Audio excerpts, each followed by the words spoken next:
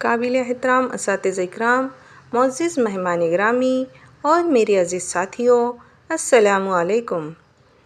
آج ہم ہمارے پیارے وطن ہندوستان کا یوم آزادی منا رہے ہیں۔ 15 اگست ہمیں ان مجاہدین آزادی کی یاد دلاتا ہے جنہوں نے اپنی جان، اپنا سکون اور اپنی خوشیاں وطن پر قربان کر دی تاکہ آنے والی نسلیں آزاد فضا میں سانس لے سکیں۔ میرے عزیز ساتھیوں، آزادی صرف ایک حق نہیں بلکہ ایک بہت بڑی ذمہ داری ہے۔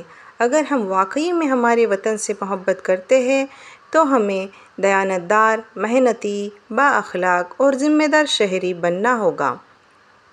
ہمیں علم حاصل کرنا ہے، اپنے والدین اور اپنے اساتذہ کا احترام کرنا ہے، صفائی کا خیال رکھنا ہے، قانون کی پابندی کرنی ہے اور ملک کی ترقی میں اپنا حصہ ڈالنا ہے۔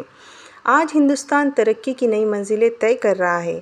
اب یہ ذمہ داری ہماری ہے کہ ہم اپنی محنت، اپنے علم اور اپنے اچھے کردار سے اپنے وطن کا نام پوری دنیا میں روشن کریں۔